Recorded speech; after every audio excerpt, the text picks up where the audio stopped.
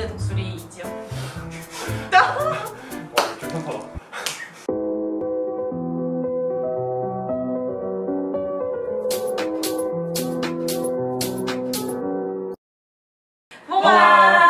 안녕하세요. 여러분들의 꿈의 열쇠를 찾고 조여주는 사람들 몽키 스패너입니다.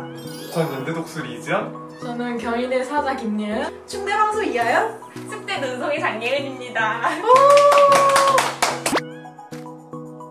자, 오늘 저희가 찍어볼 컨텐츠는 바로 대학 강의에 대한 모든 것인데요.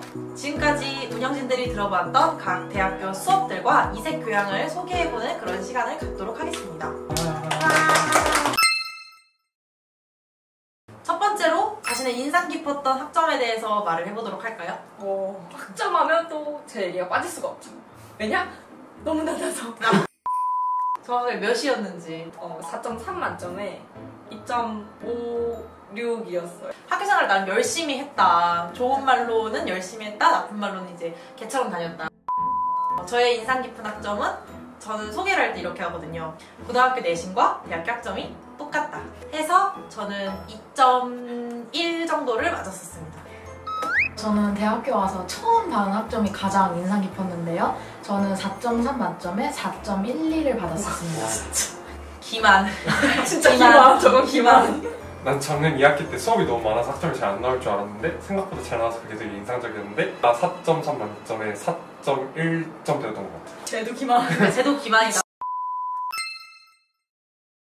두 번째로 우리가 말해볼 거는 고등학교 시험과 대학교 시험의 가장 큰 차이점들에 대해서 말을 해볼 건데, 가장 최근에 고등학교를 졸업한 김예부터 말을 해보자면, 일단 고등학교 시험 같은 경우에는 보통 이제 서술형이랑 논술형이랑 그리고 선다형 문제밖에 없었는데, 대학교에 딱 가니까 철학교양 수업에서 문제가 굉장히 엄청난 서술형 문제가 딱 나와가지고 이거를 어떻게 이 시간 안에 쓰지?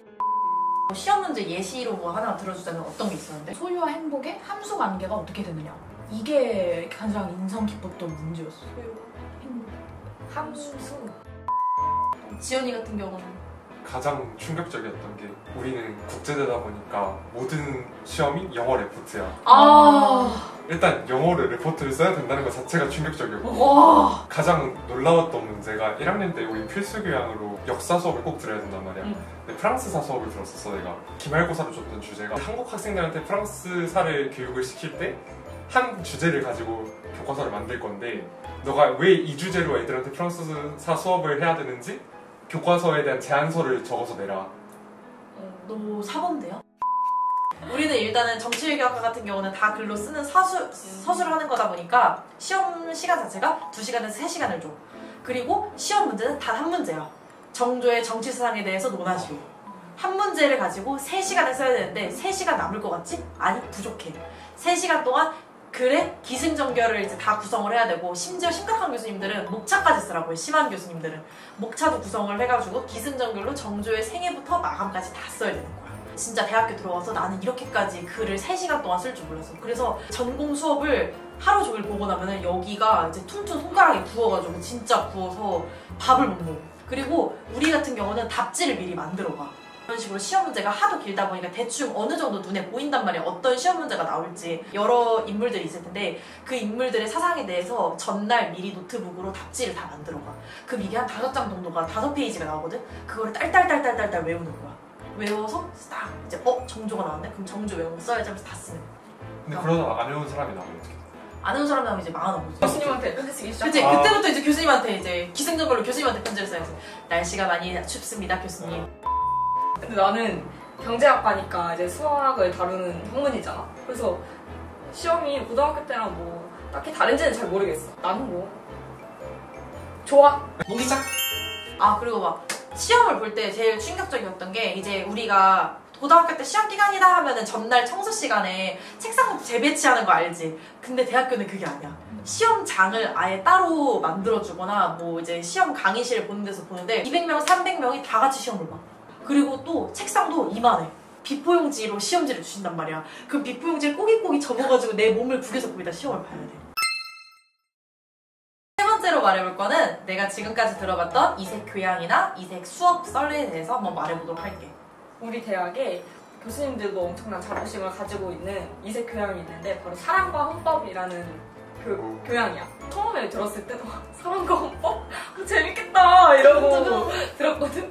근데 막 이혼했을 때 어떻게 이런 상황에는 어떻게 되고 또 다른 상황에는 어떻게 되는지 그리고 결혼 무효 소송은 어떤 때 쓸 수 있는지 슬기롭게 이혼하는 법에 대해서 많이 배웠다. 근데 내가 좀 이거 좀 10불인가 받아가지고 자수망했었거든.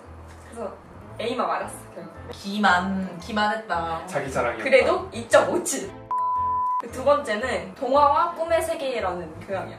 이것도 너무 재밌어 보이잖아. 와, 동화를 읽어? 교양 시간에? 이러면서 들었는데 동화를 배우는 게 아니라 약간 그 독일에서 동화가 어떻게 시작됐는지부터 시대별의 아동상의 변화 막 이런 것도 하고 안데르세, 샤를로페였나? 막 하면서 막 요정 메르인, 비극의 메르인 막 이러면서 엄청 배울 게 많은 거야. 공부하면서 재밌긴 한데 내가 이거 공부하려고 나도 들었던 것 중에 지금 재수강을 하고 있는 게 있는데 첫 번째로는 동양무전 이야기라고 약간 고등학교 문학 시간과 비슷한 건가? 그거면 나 좀 자신 있지 싶어서 딱 갔는데 명심보감에 대해서 배우고 심지어 과제도 명심보감 쓰기 명심보감을 200쪽짜리를 다 쓰는 거가 이제 이번 학기의 과제인데 지금까지 5쪽 썼거든. 그리고 우리 학교 수업 중에 결혼과 가족이라는 그런 교양이 있었어. 근데 이 수업이 뭐냐면은 결혼과 가족을 이루는 거잖아. 남자 여자 이렇게 짝을 지어줘. 짝을 지어서 둘이 데이트를 하고 오라 그래.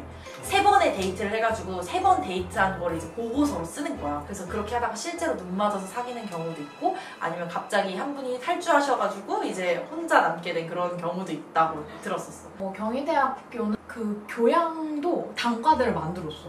그래서 후마니타스 칼리지라고 교양에 단과대가 있는 거야. 인간의 가치 탐색이라는 필수 교양이 있는데 그게 이제 철학 교양이야. 뭐 소크라테스나 사마천이나 이런 사람들 왜 이런 선택을 했는지 배우고 그게 교재가 600쪽이야. 그래서 600쪽을 한 학기에 다 나가. 그래서 굉장히 시험도 어렵고 그렇지만 이제 1학년 1학기 딱 들으면서 아 이게 대학의 인문학이구나 이거를 딱 배울 수 있었던 좀 좋은 수업이었던 것 같고 그리고 두 번째로는 자연과학 필수 교양이 빅뱅에서 문명까지라고 빅뱅에서 정말 인간 문명까지의 그 역사와 이제 과학에 대해서 배우는 건데 처음에는 되게 배울만 했어. 막 이제 갑자기 3차시 수업부터 이번 수업부터는 연력학을 배우고 연력학? 일단 우리 학교 이색교양 하면 제일 먼저 말할 게 약간 다른 학교에는 없는 채플 수업. 아 기독교 학교다 보니까 그치. 이제 채플이라고 해서 예배 수업이 4학기 동안 필수 교양이어서 맞아 막 가서 막 예배 들어야 되는데 애들 막 다 마지막으로 얘기해볼 거는 대학교 시험들 꿀팁. 일단 우리 과 같은 경우는 시험 문제가 거의 다 비슷한 경우가 많아서 답지를 써놓는 거하고 그리고 교수님의 성향을 파악한 선배들의 족보를 얻는 게 진짜 중요해요. 아, 이 교수님은 약간 이런 느낌의 글을 원하시는구나 해가지고 그 교수님에 맞게 글만 구성을 해도 어느 정도 좋은 점수를 받을 수 있었던 것 같아요. 대학교 와서 처음으로 시험을 봐봤는데 사실 고등학교랑 좀 다르게 뭔가 한 건 없고 그냥 수업 듣고 바로 복습 필기를 하고 그거를 모아서 그리고 예상 문제 직접 만들어보고 그래서 사실 고등학교랑 대학교랑 크게 다른 거 그냥 열심히 하면은 되더라고. 이게 약간 바로 장점이 이게 바로 장점. 아니 근데 이 말이 맞긴 맞는 말이야. 맞아. 고등학교 때 했던 것처럼 고등학교 때 입시 준비했던 것처럼 똑같이 대학교도 하면 되는데 대학교는 그게 안 된다는 게 맞아. 문제지. 나는 경제학과니까 이제 처음에는 원론적인 거 배우는데 일단 결국 시험 문제는 문제를 나온단 말이야. 그래서 나는 수업 들을 때 무조건 그걸 다 이해하려고 해. 그러니까 막 빠르게 넘어가잖아. 원래 그냥 이렇게 현강할 때는. 그래서 그거 무조건 체크해놨다가 마지막에 남아서 교수님한테 질문해서 여기 뭐냐고 꼭 물어보고 그리고 이거 쌍 들을 때는 그거 이해될 때까지 이렇게 봐. 그러니까 왜냐면 나는 복습 안 할 거 아니까 이제 그 수업 시간에 다 드러나야 돼. 그래야 맞아. 문제도 풀리고 꼭 너를 내가 정복하고 말겠어 하면서 수업 시간에 듣는 스타일. 자, 그러면 지금까지 대학 강의에 대한 이모저모를 알아봤는데요. 수험생 여러분들도 열심히 공부하셔서 내년에 같이 즐거운 대학생활 할 수 있길 바라요. 그러면 구독, 좋아요. 알림 설정 부탁드려요.